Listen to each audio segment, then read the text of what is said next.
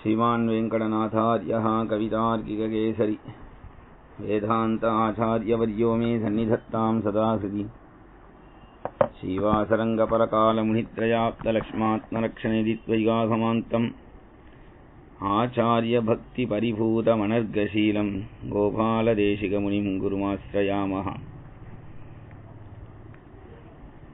कूजन्तं राम रामेति मधुरं मधुराक्षरम् आरुह्य कविताशाखां वन्दे वाल्मीकिकोकिलं यः पिबन् सततं रामचरितामृतसागरम् अतृप्तस्तं मुनिं वन्दे प्राचेतसमकल्मषम् गोष्पदीकृतवाराशिं मशकीकृतराक्षसं रामायणमहामाला रत्नं वन्दे अनिलात्मजम् अञ्जनानन्दनं वीरं जानकीशोकनाशनं कपीशमक्षहन्तारं वन्दे लङ्काभयङ्करम् उल्लङ्घ्य सिन्धोः सलिलं सलीलं यशोकवह्निं जनकात्मजायाः आदाय तेनैव ददाह लङ्कां नमामिदं प्राञ्जलिराञ्जनेयम् आञ्जनेयमतिपाटलाननं काञ्चनाद्रिकमनीयविग्रहं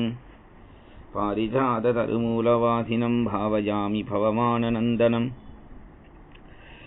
यत्र यत्र रघुनाथकीर्तनं तत्र तत्र कृतमस्तकाञ्जलिं बाष्पवारि परिपूर्णलोचनं मारुतिं नमत राक्षसान्तकम् मनोजवं मारुततुल्यवेगं जितेन्द्रियं बुद्धिमतां वरिष्ठं वातात्मजं वानरयूथमुख्यं श्रीरामदूतं शिरसा नमामि। यः कर्णाञ्जलिः सम्पुटैरहरः सम्यक् विभत्यादरात् वाल्मीकेर्वदनारविन्दगलितं रामायणाख्यं मधु जन्मव्याधिजराविपत्तिमरणैः अत्यन्तशोभद्रवं संसारं स विहाय गच्छति पुमान् विष्णोः पदं शाश्वतं तदुपगतसमाससन्धियोगं सममधुरो वणतार्थवाक्यबद्धं रघुवरचरितं मुनिप्रणीतं दशशिरसश्च वधं निशामयध्वम् वेदवेद्ये परे पुंसि जाते दशरथात्मजे वेदप्राचेदसादासीत् साक्षात् रामायणात्मना नमोऽस्तु रामाय सलक्ष्मणाय देव्यै च तस्यै जनकात्मजायै नमोऽस्तु रुद्रेन्द्रयमानिलेभ्यो नमोऽस्तु चन्द्रार्कमरुद्गणेभ्यः तपस्वाध्यायनिरतं तपस्वी वाग्विदाम्बरं नारदं परिभप्रच्छ वाल्मीकिः मुनिपुङ्गवम् जानकीकान्तस्मरणं जय जय राम राम आंजनेय स्वामी की जय। ஸ்ரீமத் வால்மீகி ராமாயணத்தில்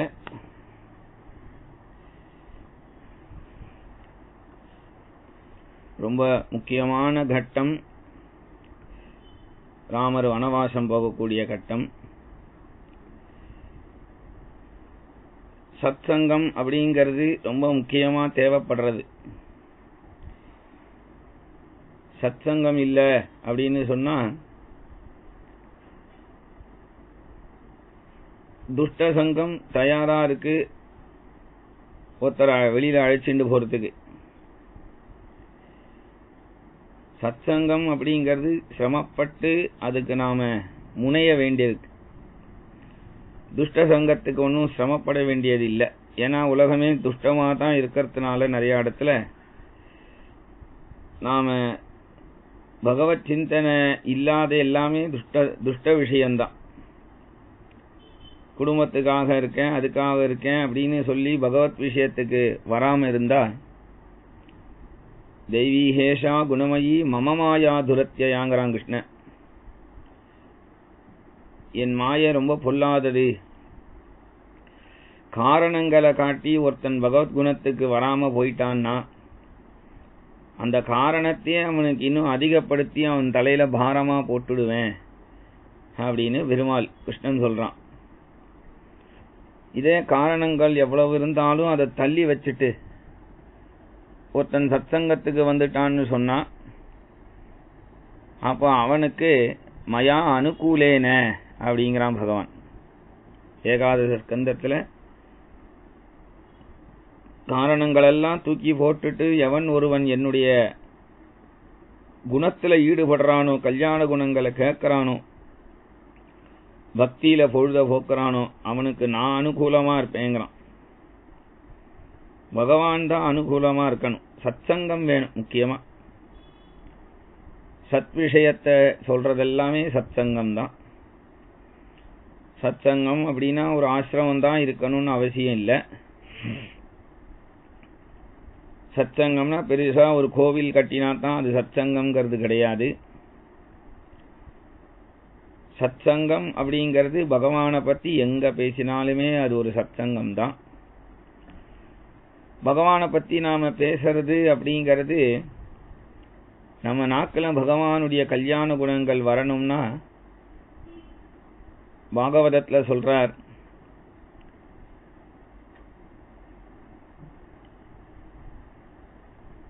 பாகவதத்துல என்ன சொல்றார், என்மே வச்சாம்சி அப்படிங்கிறார்.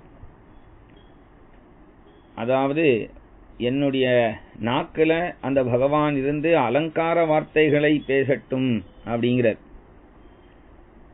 அலங்கார வார்த்தைகள் அப்படின்னா எது? பகவானை பத்தி பேசுறது தான் அலங்காரமா பேசுறது. அதுக்கு சத்சங்கம். சத்சங்கம் ரொம்ப முக்கியம். விருத்ராசுரன் கூட பாகவதத்துல சொல்றான், மமோத்தம ஸ்லோக ஜனேஷு சக்கியம் சம்சார சக்கரே பிரமதஸ்வ கர்மபிஹின்னு. உத்தம ஸ்லோகனான உன்னுடைய கல்யாண குணங்களை பேசுறதுக்கோ சொல்றதுக்கோ எனக்கு ஒரு 2 பேர் கூட போருங்கிறான். 2 பேர் போரும். 2 பேரை வச்சு என்ன பண்ண போறாம அப்படின்னா, ஒன்று அந்த 2 பேர்ல ஒருத்தர் கதை சொல்லட்டும், நான் கேட்கறேன், இல்லை நான் பகவத் குணம் சொல்றேன், அவ கேட்கட்டும். 2 பேர் அப்படிங்கிறது ரொம்ப முக்கியம். 2 பேராவது ஒரு எப்பொழுதும் ஒருத்தராவது நண்பர் இருக்கணும். எதுக்காக இருக்கணும் நண்பர் அப்படின்னா, ஏதோ நம்முடைய கஷ்ட நஷ்டங்களை பேசிக்கிறதுக்கு அப்படின்னு நினைச்சுக்க வேண்டாம். நம்ம கஷ்ட நஷ்டங்கள் என்னதான் பேசினாலும் அது சரியாக போறது இல்லை.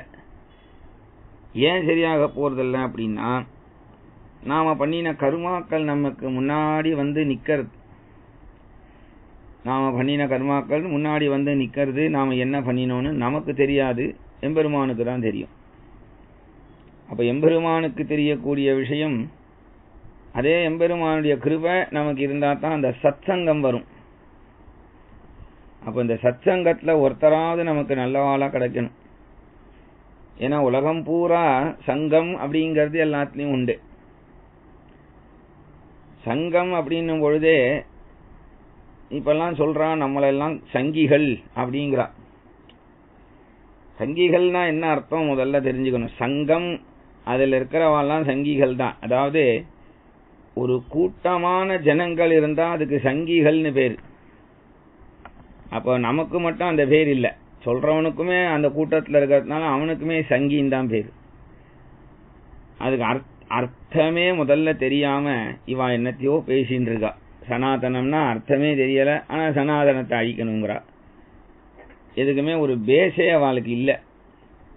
என்னத்தையோ சொல்லணுமேனு நானும் ஒன்று பேசுறேன் அப்படின்னு ஏதோ சம்பந்தம் இல்லாம பேசுற மாதிரி என்னத்தையோ பேசிகிட்டே இருக்கா. அதுக்கும் பதில் கொடுத்துட்டு இருக்கா. யாருக்கும் பதில் கொடுக்கணும்னு அவசியம் இல்லை. எது எல்லாருக்கும் பதில் அப்படின்னா, ஒரு விஷயம் நடந்தது நம்முடைய சமுதாயத்துக்கு, நம்முடைய சங்கத்துக்கு, நம்ம இந்து தெய்வத்துக்கு ஒரு பிரச்சனை நடக்கிறது, நமக்கு நடக்கிறது அப்படின்னா நாம் எல்லாருமா அதுக்கு எதிர்த்து ஒரு போர்க்கொடி தூக்கிறதுக்கு பதிலா எல்லாருமா பகவானிடத்துல நாம சங்கீர்த்தனத்தை அதிகமா பண்ணா பகவான் அதை சரி பண்ணிடுவான். நாம என்ன நினைக்கிறோம், நாம தான் இதை சரி பண்ணணும்னு நம்மளுடைய பலத்தை நினைக்கிறோம். அதனால அதுக்கு அடி விழது. என்னைக்குமே பக்தி பகவானை நம்பணும். பகவானுடைய அகோ தெய்வ பலம் பலம், பகவானுடைய பலம் யாருக்கும் உலகத்துல வராது. அந்த பலம் நம்ம கிட்ட இருக்கணும்னா அந்த பகவானை எப்போதும் பிடிச்சுக்கணும். அதனால இந்த இடத்துல சத்சங்கம் அப்படிங்கிறது ரொம்ப முக்கியம். இல்லைன்னா நம்மளை துஷ்ட சங்கம் இழுத்துண்டு போயிடும் அப்படின்னு அந்த ஒரு துஷ்ட சங்கம் நம்ம கூட இருந்தா கூட நமக்குள்ளேயே ஒரு கலக்கம் வந்துடும். அதனால இந்த இடத்துல கைகேயி சாதுவா தான் இருக்கா. ராமேவா பரதேவாகம் விசேஷம் நோபலக்ஷயேன்னு. ராமர் அரசாட்சி பண்ணா எனக்கு தான் சந்தோஷங்கிறா, பரதன் அரசாட்சி பண்ணா கௌசல்யாவுக்கு தான் சந்தோஷங்கிறா. ஆனா அப்படி சமுத்தா பேசுற அந்த கைகேயி மனசையும் மாத்தினா கூனி அப்படின்னா அப்ப துஷ்ட சங்கத்துக்கு பலம் எப்படி இருக்கு பாருங்க. ஏன்னா ஒருத்தனை பார்த்து நீ சந்தியாவந்தனம் பண்ணு அப்படின்னா அது கஷ்டமா இருக்கு. நீ பாத்ரூம் போயிட்டு வந்தியா கை கால் அலம்புனா கஷ்டமா இருக்கு. ஒருத்தருக்கு கைய சாப்பிட்டியா கைய அலம்பு, கையில தட்டை வச்சுட்டு சாப்பிடாத, கீழே வச்சுட்டு சாப்பிடு, சப்பலாங்கால் போட்டு சாப்பிடு, எல்லாம் சொல்றது கஷ்டமா இருக்கு ஃபாலோ பண்ண. ஏன்னா சுத்தம் அப்படிங்கிறது ஒரு பிரின்சிபிள், அப்படிங்கிறது டிசிப்ளின்ங்கிறது ரொம்ப சிரமம். டிசிப்ளின் இல்லாம வாழறது ரொம்ப ஈஸி. ஒரு மனைவி அப்படின்னு வாழுங்கிறது ரொம்ப சிரமம் நிறைய பேருக்கு. அவ ரொம்ப சிரமமா இருக்கிறதுனாலதான் ராமரை பிடிக்க மாட்டேங்கிறது அவளுக்கு. ஏன்னா ராமர் ஒரு மனைவின்னு வாழறவர். ராமருக்கு உண்மைதான் பேச பிடிக்கும். ஆனா பொய் பேசுறவாளுக்கு ராமரை பிடிக்காது. முதல் நாளே கதையில சொன்னோம். பொய் பேசுறவனுக்கோ ஏமாத்துறவனுக்கோ திருடுறவனுக்கோ கொள்ளையடிக்கிறவனுக்கோ கொலகாரனுக்கோ இவளுக்கெல்லாம் ராமரை பிடிக்காது. ஏன் பிடிக்காதுன்னா ராமர்கிட்ட இதெல்லாம் இருக்கு. ராவணனை பிடிக்கிறது இவாளுக்கெல்லாம். ஏன் ராவணனை பிடிக்கிறது? அவன் தான் இருக்கிற ஸ்திரீ எல்லாம் தூக்கிண்டு வரான். அப்ப தூக்கிண்டு வர்றது இவாளுக்கு பிடிக்கிறது. மற்ற ஸ்திரீயின் இடத்துல இருக்கிறது பிடிக்கிறது, அதர்மம். அதனால அவன் அதர்மம் பண்றதுனால, கெட்ட காரியம் பண்றதுனால அவனை ரொம்ப பிடிக்கிறது. சத் விஷயமா இருக்கிறதுனால ராமரை யாருக்கும் பிடிக்கல. இது ராமர் தப்பு இல்ல. இது யாருடைய தப்பு அப்படின்னா அவனுடைய சுபாவம் தான் காரணம். காமயேஷ குரோதயேஷ ரஜோகுண சமுத்பவங்கிறார். அவனுக்கு உள்ள இருக்கக்கூடிய காம கோபம் தான் சாதுவா இருக்கிறவாளை பிடிக்க மாட்டேங்கிறது, அசத்துக்கள் இருக்கிறவாளை பிடிக்கிறதுக்கு காரணமே. அதனால நல்ல விஷயங்களை ரொம்ப சிரமப்பட வேண்டியிருக்கு கடைபிடிக்கிறதுக்கோ, அதை சொல்றதுக்கு கூட நிறைய பேருக்கு தைரியம் வர மாட்டேங்குது. ஒரு குடும்பத்திலேயே புத்திரன் நல்லா சம்பாதிக்க ஆரம்பிச்சுட்டான் அப்படின்னா அவன் என்ன பண்ணாலும் அடங்கி போயிடணும், அதை கேள்வி கேட்க கூடாதுன்னு பெரியவா இருந்துடுறா. அப்படி இருக்கக்கூடாது. தப்புனா அந்த இடத்துல தர்மம் இது இல்லைன்னு அவனுக்கு முதல்ல இருந்து சொல்லி கொடுக்கணும். சொல்லி கொடுத்தா அந்த வினயம்ங்கிறது மரியாதைங்கிறது அவனுக்கு எப்போதும் வரும். அது எப்போ வரும்? அந்த பையனையும் சத் சங்கத்துக்கு கூட்டின்னு பகவத்குணானுபவத்தை கேட்டா தான் வரும். அதனால ஒரே ஒரு அசத் சங்கம் கைகேயிக்கு கூனின்னு இருந்தா கடைசியில என்ன ஆயிடுத்து? அந்த கூனினால பெரிய ராஜ்யமே இப்போ ரெண்டா மாறுறது. அந்த கூனியினாலதான் இப்ப இவ்வளவு பெரிய பிரச்சனை கிளம்பிடுத்து.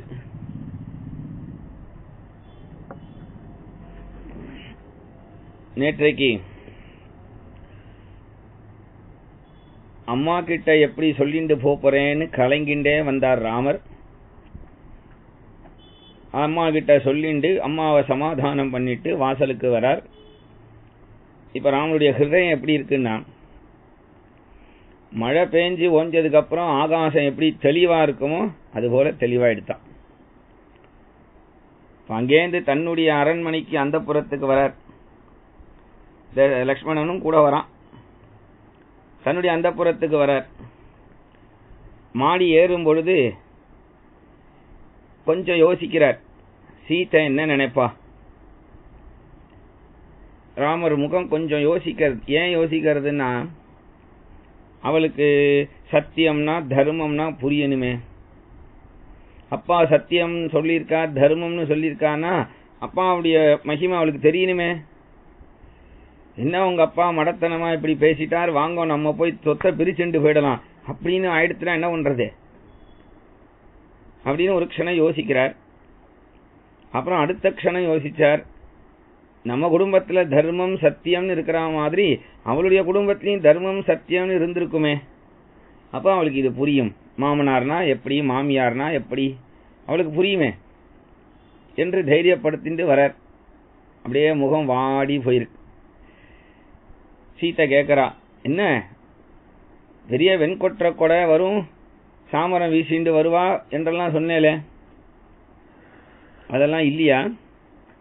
இங்க வெண்கொற்ற கொடைய காணும், சாமரத்தை காணும், வெறும் கையோட நடந்து வருகிற, ஏன் என்ன ஆச்சு? ராமர் சொல்றார், குலே மகதி சம்பூதே தர்மஜ்ஞே தர்மசாரிணி சுனு ஜானகி ஏனேதம் கிரமேணாத்யாகதம் மம குலே மகதி சம்பூதே. உத்தமமான குலத்துல தோன்றினவளே அப்படின்னார். சரி, இப்ப அதுக்கு என்ன? தர்மஜ்ஞே, தர்மம் தெரிந்தவளே அப்படின்னார். சில பேருக்கு தர்மம் தெரியும், ஆனா தர்மத்தை கடைபிடிக்க தெரியாது.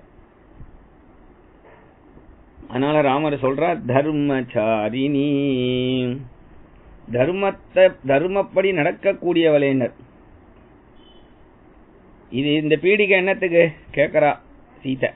சுனு ஜானகி ஏனேதம், பெரிய விஷயத்த அழகா சொல்றானா ராமர். என்ன சொல்றார்? உங்க மாமனார் ராஜ்யத்தை ரெண்டா பிரிச்சிருக்கார். ஒன்னு நகர ராஜ்யம்னு ஒன்னு வன ராஜ்யம்னு பிரிச்சிருக்கார். நகர ராஜ்யத்துக்கு பரதன பட்டம் கட்ட போறார், வனராஜ்யத்துக்கு என்ன போ சொல்லியிருக்கார். இப்படி ராமருக்கு வனவாசம்னதும் கௌசல்யா துடிச்சா, சுமந்திரர் துடிச்சார், ஆளுக்காக துடிச்சா. அப்படி கவலைப்பட்டா தசரதர் பொங்கினார், எல்லாம் இருந்தது இல்லையா? லக்ஷ்மணன் பயங்கர கோபப்பட்டான்னு சொன்னோமே. ராமருக்கு வனவாசம்னதும் சீதை துள்ளி குதிச்சா. ஆகா, வனவாசம் வந்துடுச்சா?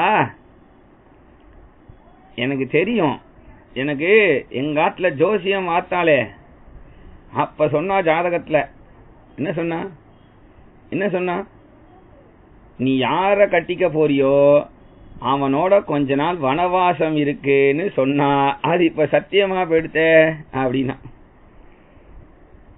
நீங்க இப்ப வனவாசத்துக்கு அப்பா வார்த்தைய காப்பாத்துறதுக்கு கிளம்புங்க, பித்ரு வாக்கிய பரிபாலனம். நான் ஜோசிய வாக்கிய பரிபாலனம், அவர் வாக்க காப்பாத்துறதுக்கு நான் கிளம்புறேன் உங்களோட. கிளம்பியாச்சுன்னா, கிளம்பியாச்சா என்ன? நீ என்ன நினைச்சுட்டு இருக்க? காடுன்னா என்ன நினைக்கிற? நல்ல செழிப்பா சௌக்கியமா இருக்கும்னு நினைச்சுட்டு இருக்கியா? அரண்மனை மாதிரி அங்கெல்லாம் ரொம்ப பயங்கரமான மிருகங்கள்லாம் சஞ்சாரம் பண்ணும், கரடு முரடான பாதைகள் உண்டு. உன்னாச்சுட்டு எப்படி போறதுங்க? நான் மட்டும்தான் போறேன், உன்னை விட்டுட்டு தான் போறேன் அப்படின்னா. உடனே இவ சொன்னா, திமத்சேன சுதம் வீரம் சத்யவந்தம் அனுவ்ரதாம் சாவித்ரீம் இவ மாம் வித்தி துவமாத்ம வசவர்த்தினி. நான் என்ன உங்களை அப்படியே விட்டுட்டு சரி போயிட்டு வாங்கன்னு இருப்பேன்னு நினைச்சேலா? நான் அந்த மாதிரி ஒரு பத்னி இல்ல. பின்ன சத்தியமான மீட்டுண்டு வந்த சாவித்ரியாக்கும் நான் ஜாக்கிரதைன்னா.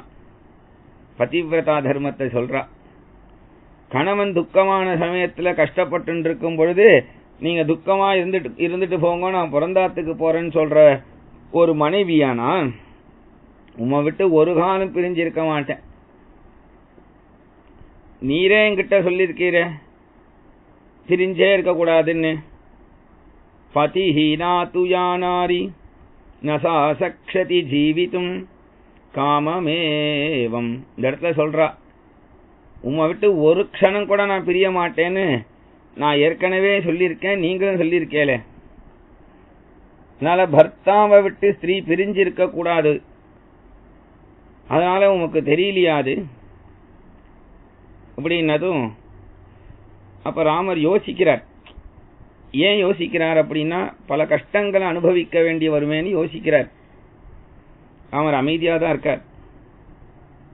உடனே சீதையே சொல்றா, சுத்தாத்மன் பிரேம பாவாத்தி பவிஷ்யாமி விகல்மஷா பர்த்தாரம் அனுகச்சந்தி பர்த்தாஹி பரதெய்வதம் சுத்தாத்மன் பிரேம பாவாத்தி. உங்களுடைய மகிமை எனக்கு தெரியும். என்னைக்குமே உங்களுடைய ஆச்சாரத்தை நான் கெடுக்க மாட்டேன், உங்களுடைய அனுஷ்டானங்களுக்கு தொந்தரவு கொடுக்க மாட்டேன், உங்களுடைய பக்கத்திலேயே இருந்துண்டு உங்களுக்கு சேவை பண்ணிட்டு இருப்பேன். உங்களுக்குன்னு உரிய என்ன பிரிக்கணும்னு நீங்க நினைக்கவே கூடாது. பக்தாம் ஏன் அப்படி நினைக்க கூடாதுன்னா, உங்களுக்கே உரிமை கிடையாதுங்கிறா.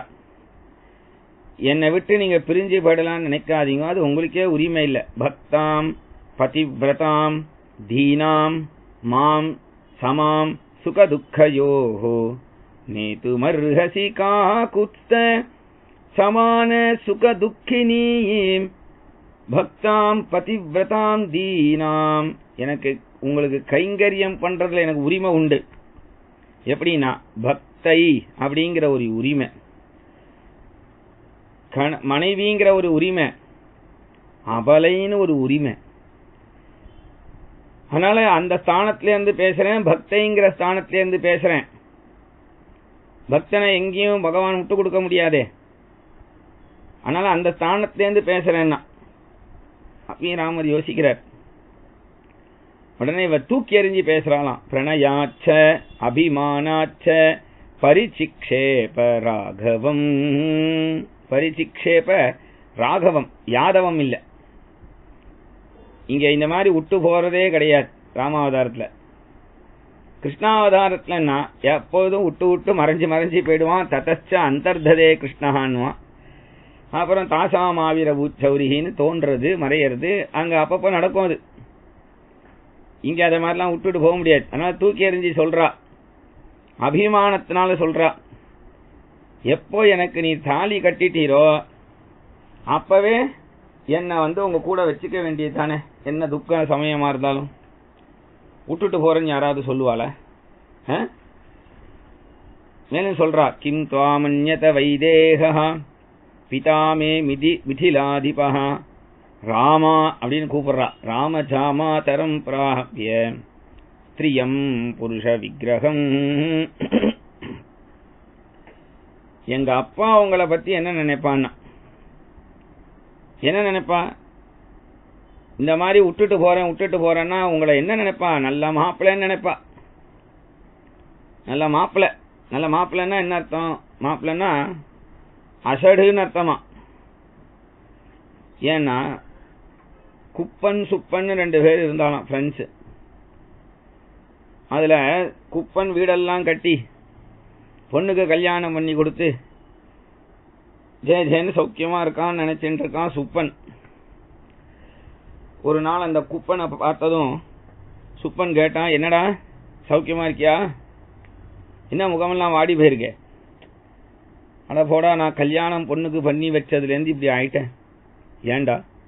வீடை கட்டின, கல்யாணம் பண்ணின, மாப்பிள்ளை வந்தாச்சு, சௌக்கியம் தானே? மாப்பிள்ளை வந்ததுலேருந்து தான்டா இப்போ இப்படி ஆயிடுச்சு. ஏன், என்ன ஆச்சு? இப்போ எங்க போயிட்டு இருக்க நீ? ஜோசியரை பார்க்க போறேன். ஏன்? கிரகம் சரியில்லை போல இருக்கு.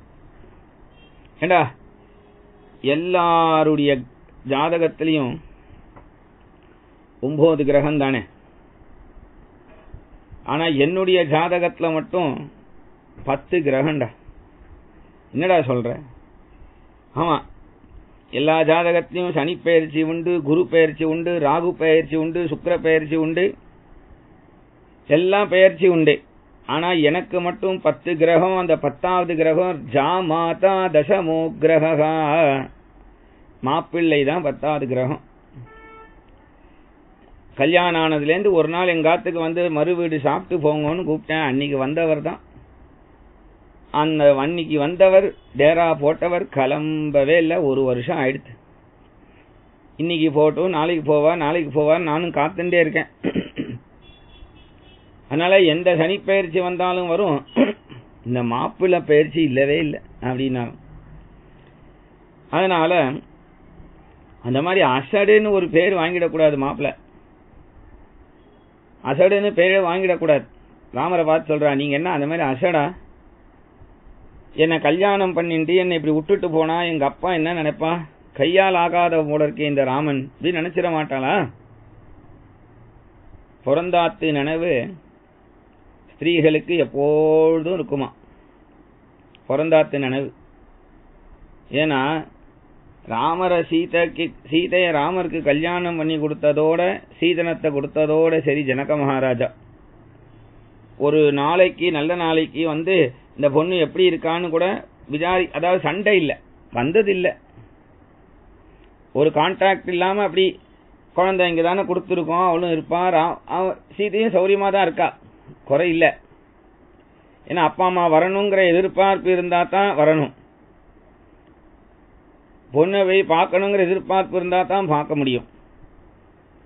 வெறுப்பு வேற, பார்க்க கூடாதுன்னெலாம் இல்லை, எப்ப வேணா வரலாம். ஜனக மகாராஜா நினைச்சா அயோத்தியிலேயே ஒரு அரண்மனை கட்டிக்கலாம், தசரதர் ஒன்றும் சொல்ல மாட்டார். ஆனா ஏதாவது முக்கியமான விஷயம்னா போலாம்னு ஜனகன் காத்துன்னு இருப்பார். சீதையும் ராமரோட குடும்பத்தோடயே இருக்கிறதுனால அவளுக்கு எந்த தேவையும் இல்லை அப்பா அம்மா கிட்டேந்து. தேவையா இருந்தா வரணும் அப்பா அம்மா. அதனால இந்த இடத்துல அவ்வளவு சீத்தை அப்படி இருந்தாலுமே அப்பா அப்பான்னு சொல்றான் இந்த இடத்துல. உடனே ராமர் பார்த்தார், இந்த மாதிரி இவளை நான் இங்க விட்டுட்டு போறது இப்ப சரியா இருக்காது, இவ்வளவு அடம் பிடிக்கிறா, மேலும் இங்க நான் விட்டுட்டு போனா பரதன் இருப்பான், உன்னை அம்மா ஸ்தானத்துல பார்த்துப்பான்னாலும் அதையும் அவ கேட்க மாட்டேங்கிறா. நானே காட்டுக்கு போகும்பொழுது அப்புறம் சீத்தை என்னத்துக்கு இங்க இருக்கணும்னு அவளே சொல்றா. சரி அப்படியானா திரும்பினார் லக்ஷ்மணா, உங்க மண்ணியும் வரேன்னு சொல்லிட்டா, நான் அனுமதிச்சிட்டேன், நானும் அவளுமா காட்டுக்கு போயிட்டு வரோம், நீ பரதன் வருவான் பட்டம் கட்டி வச்சு அவனுக்கு சேவை பண்ணின்று 14 வருஷத்தை திரும்பி வரேன் அப்படின்னதும் உடனே லக்ஷ்மண சுவாமி என்னன்னா, நானும் மண்ணி மாதிரி வந்து அழணும், வரேன்னு அடம் பிடிக்கணும், அப்புறம் நீங்க சொல்லணும் நான் கூப்பிட மாட்டேன், நீயா தான் வரேன்னு ஒத்துக்கணும் அப்படின்னு சொல்லுவேல். அந்த மாதிரி தானே. ஏன்னா நான் தான் வந்து நீங்க எப்ப வனவாசம் போனாலும் உங்க கூட வரதுங்கிறது அது எழுதி வச்சாச்சே. எப்போ விஸ்வாமித்திரர் என்ன சொன்னார், காகபக்ஷதரம் வீரம் ஜேஷ்டம் மேதாத்து மகிழ்ச்சி, மூத்த பையன் தானே கூப்பிட்டார் அவருடைய அந்த யஜ்ஞ சம்ரக்ஷணத்துக்கு. அப்ப நான் தானே வந்து நின்றேன். நீங்க என்ன சொல்லணும், டேய் அவர் ஒன்ன கூப்பிடலடா, என்னதான் கூப்பிட்டு இருக்கார், நான் போயிட்டு வரேன்னு சொல்லலையே, தம்பி வா வில்லு எடுத்துக்கோ போலாம் தானே சொன்னீர். அதே மாதிரி உமக்கு பட்டம் கட்ட போறான்னதும் அப்ப என்ன சொன்னீர், நான் ஒரு பேருக்கு தான் பட்டம் கட்டிக்க போறேன், நான் எந்த ராஜ்யத்துக்கு போறேனோ அந்த ராஜ்யத்தினுடைய முழு உரிமையும் லக்ஷ்மணா உனக்கு தான்டா சொன்னீரே. அப்போ இதுக்கு மேல நீ என்னை விட்டு இங்க போலான்னு பார்க்காதிரும். ஏன்னா இந்த இடத்துல என்னால வாழ முடியாது. பரதன் சமத்து தான், பரதனுக்கு ராஜ்யம் கிடைக்கட்டும், அதை பத்தி எனக்கு கவலை இல்லை. ஆனா உம்மை காட்டுக்கு அனுப்பிட்டு இந்த தசரதர் முகத்தையும் கைகேயி முகத்தையும் நான் பார்க்க விருப்பப்படல. நான் எப்ப இருந்தாலும் உங்களுக்குத்தான் கைங்கரியம் பண்ணணும், இதுதான் என்னுடைய ஆசை. அதனால என்னை நீங்க விட்டு போலான்னு மட்டும் நினைக்காதீர்கள் என்று சொல்ல, சரி உடனே அவனையும் அழைச்சுண்டு மறுபடியும் நேரா கைகேயினுடைய அந்தப்புறத்துக்கு வாசல்ல வந்து நிக்கிறார். அவ கதவை திறக்கிறா. அதுக்குள்ள ஆங்காங்க எல்லாம் தெரிய வந்துடுத்து வசிஷ்டருக்கெல்லாம். வசிஷ்டர் வந்துட்டார், சுமந்திரர் வந்துட்டார். ராமர் சொல்றார், நான் சும்மா சும்மா வந்துட்டு போறேன்னு நினைக்க வேண்டாம், மர உரிய கொடுத்தா வாங்கிட்டு போயிடலான்னு வந்தேன் அப்படின்னதும் உடனே ஓன்னு அழறார் தசரதர். தசரதர் சொல்றார், ராமா இது உனக்கே தகும்பா, நீ நான் ஏதோ சொல்லிட்டேன்னு நினைக்காத, அப்பா இப்படித்தான் வயசானா உளருவான்னு நினைச்சுட்டு நீயே பட்டம் கட்டிக்கோங்கிறார் தசரதர். அப்ப ராமர் அப்பா சொல்றார், இதை கேட்கலாம் இல்லையா. ஆனா தசரதர் என்ன சொல்றார், நான் இப்படிதான் உளறிட்டேன்னு நினைச்சு நீ கட்டிக்கோங்கிறார். ஏன் தசரதரே அதை கட்டி வைக்க வேண்டியது தானே. அப்படின்னா என்ன, நான் எவ்வளவோ சொன்னேன், இந்த குழந்தை கேட்கலாம், அவனே பட்டம் கட்டின்ட்டான் நாளைக்கு சொல்றதுக்கு. ராமர் சொல்றார், எப்போ சத்தியம்னு சொல்லியாச்சோ அப்ப அதை மீறக்கூடாது. அதனால நான் போய்தான் ஆகணும். இப்படி இருக்கும் பொழுது அங்க அப்ப தசரதர் சொல்றார், அப்படியானா நீயே தான் போய்தான் ஆக போறியா, நீ நிஜம்தானா நீ சொல்றதுங்கிறார். ஆமாப்பா நானும் போறேன், சீதையும் கூட வரேன்ட்டா, லக்ஷ்மணனும் வரேன்னு சொல்லிட்டான். அதனால அவர்களையும் அழைச்சிட்டு போறேன், அதுக்கு அனுமதி வேணும், அது சொல்லிட்டு போக தான் வந்தேன்னார். உடனே தசரதர் சொன்னார்,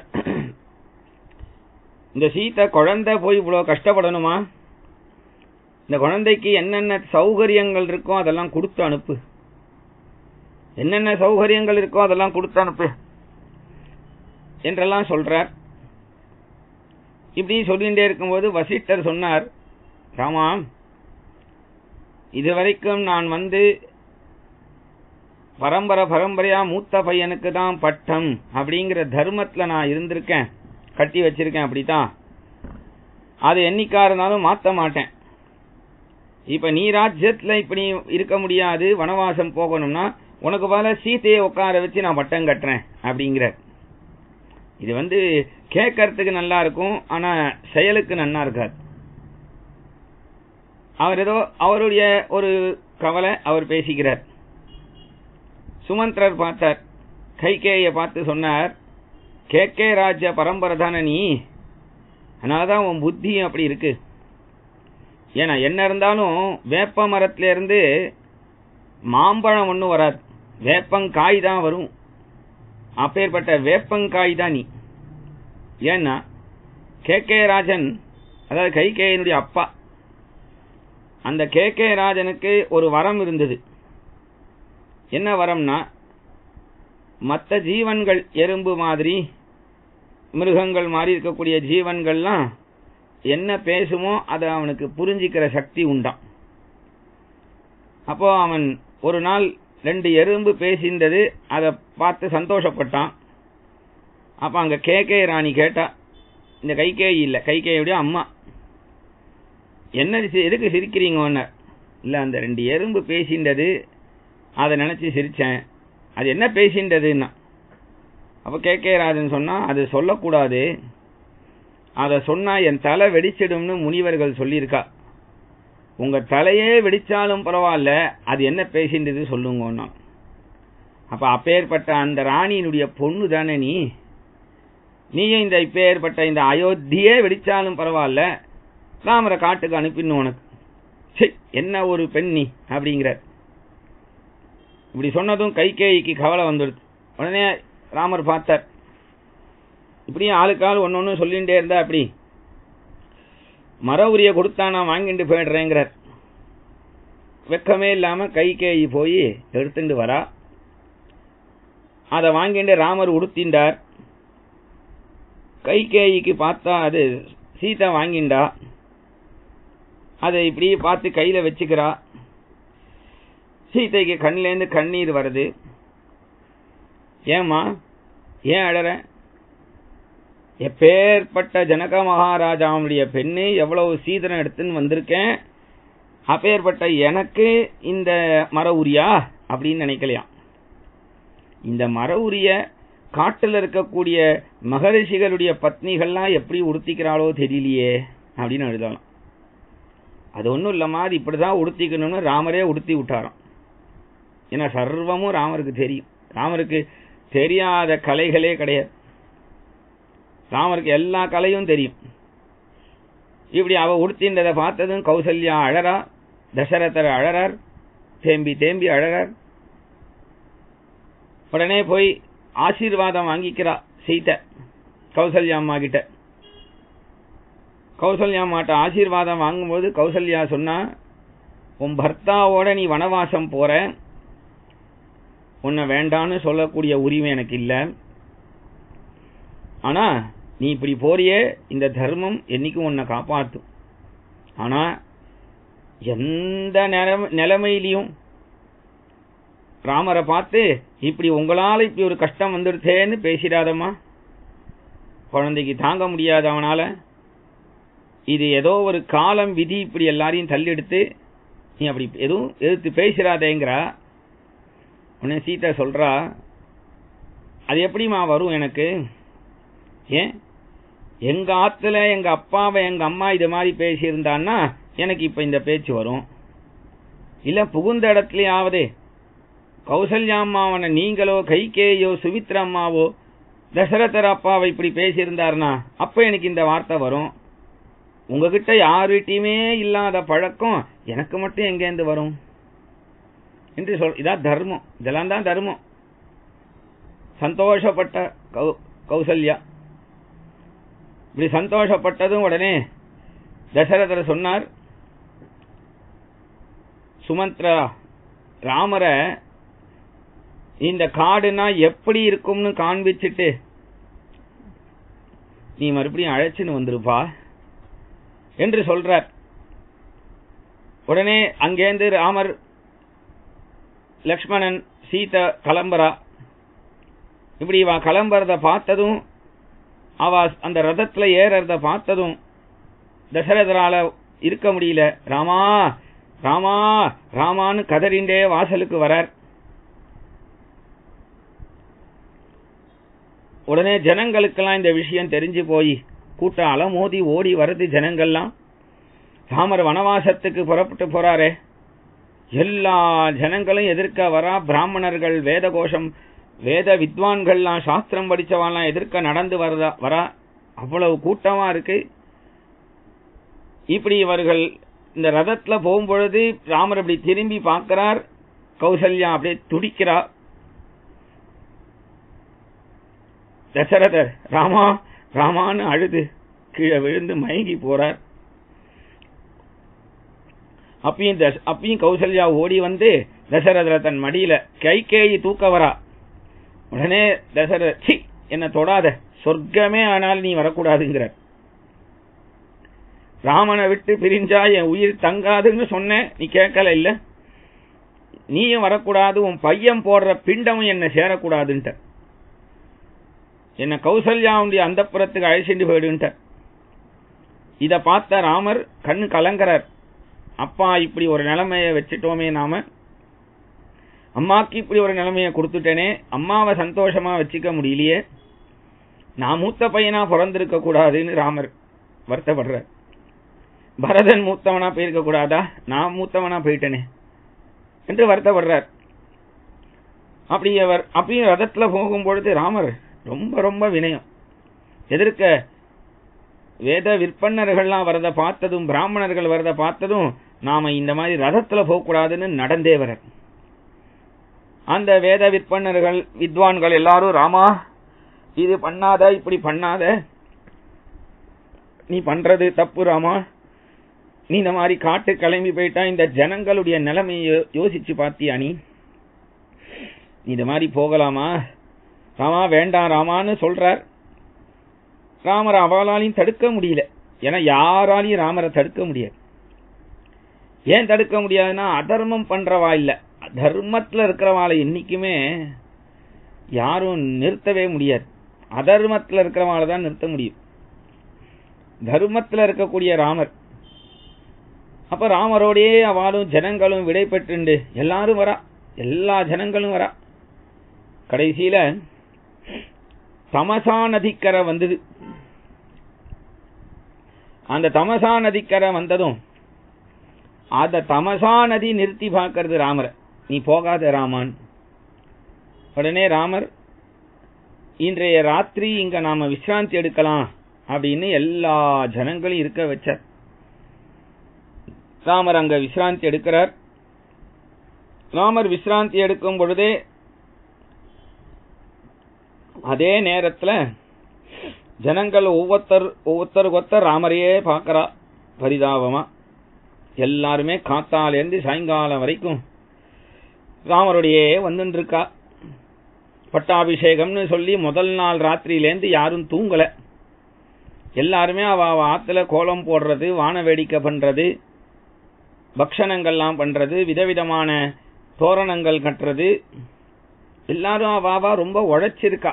ராமருக்கு பட்டாபிஷேகம், ராமருக்கு பட்டாபிஷேகம் அப்படின்னு அத்தனை பேரும் உழைச்சிருந்தாலும் இப்ப ராமரோட எல்லாரும் வந்துட்டோம், இப்ப ராமரோட இருக்கோம் அப்படின்னு நினைச்சுட்டு இருக்கா.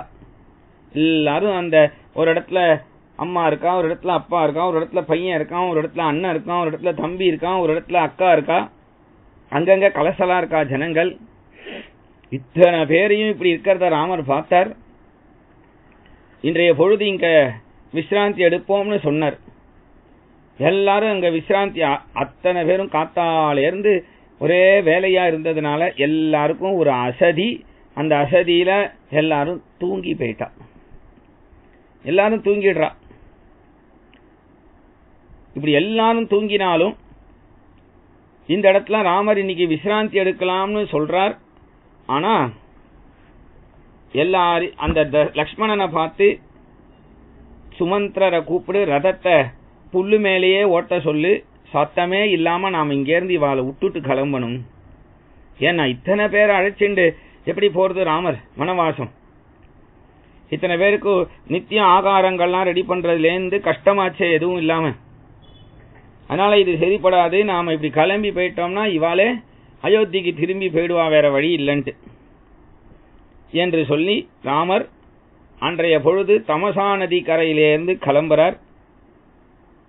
தசரதர் கௌசல்யாவுடைய அந்தப்புரத்துல போய் விசிராந்தி எடுத்துட்டு இருக்கார் என்கின்ற பித்ருவாக்கிய பரிபாலனம் அப்படிங்கிற இந்த கட்டம் இன்னைக்கு ராமர் வனவாசத்துக்கு புறப்பட்டு போற இடம். பகவானுடைய தர்மத்தை யாராலையும் நாம எடை போடவே முடியாது. ராமருடைய செய்கையை யாராலையும் கணிக்கவும் முடியாது. ராமர் என்ன நினைச்சாரோ அதை தான் செய்வார், என்ன செய்யறாரோ அதை தான் நினைச்சிருப்பார். ராமர் என்ன நினைக்கிறாரோ அதை தான் செய்வார்னா சுயநலமா நினைக்கிறார்னு அர்த்தம் இல்லை. லோகத்துக்கே எது பிரயோஜனமோ அதை தான் நினைப்பார். எல்லாரும் அவவா நினைக்கிறத தான் பண்றான்னா அது அர்த்தம் அது இல்லை. அதெல்லாம் சுயநலம். சுயநலமே இல்லாதது பகவான்கிட்ட மட்டும்தான் இருக்கும். ஏன்னா பகவான் தான் எல்லாருடைய நன்மையையும் விரும்பக்கூடியவன். அப்ப ராமர் இப்படி லக்ஷ்மணன் சீதையோட கிளம்பி வனவாசம் புறப்படுறார் அப்படிங்கறது அப்பா வார்த்தையை சத்தியம் பண்ணணும். சத்தியத்துக்கு அவ்வளவு மகிமை உண்டு. சத்தியம்னா இன்னைக்கு யாருக்கும் தெரியாது. இன்னைக்கு சத்தியம்னா என்ன தெரியும்? சத்தியம்ங்கிற ஒரு வார்த்தை தான் தெரியுமே தவிர சத்தியத்தினால எப்பேற்பட்ட ஒரு காரியங்கள்லாம் நடந்தது, சத்தியத்தினால எவ்வளவு பேர் எவ்வளவு இழந்திருக்கா, அந்த சத்தியங்கிறதுக்கு மகிமை. அதனால அப்பேற்பட்ட அப்பாவுடைய வாக்க சத்தியம் பண்ணணும் என்பதற்காக ராமர் வனவாசத்துக்கு கிளம்பினார் என்கின்ற பித்ருவாக்கிய பரிபாலனம் அப்படிங்கிற கட்டம் இன்னைக்கு. இதோட நாம இன்னைக்கு கதையை நிறுத்திப்போம். அப்பதான் நாளைக்கு குஹ சக்கியம் கொஞ்சம் விஸ்தாரமா சொல்லலாம். நாளைக்கு குஹ சக்கியம் உபன்யாசத்துல. இன்னைக்கு இதோட நிறுத்திக்கலாம். ஜானகி காந்த ஸ்மரணம். ஜெய் ஜெய் ராம ராம ஆஞ்சநேய சுவாமிக்கு ஜெய்.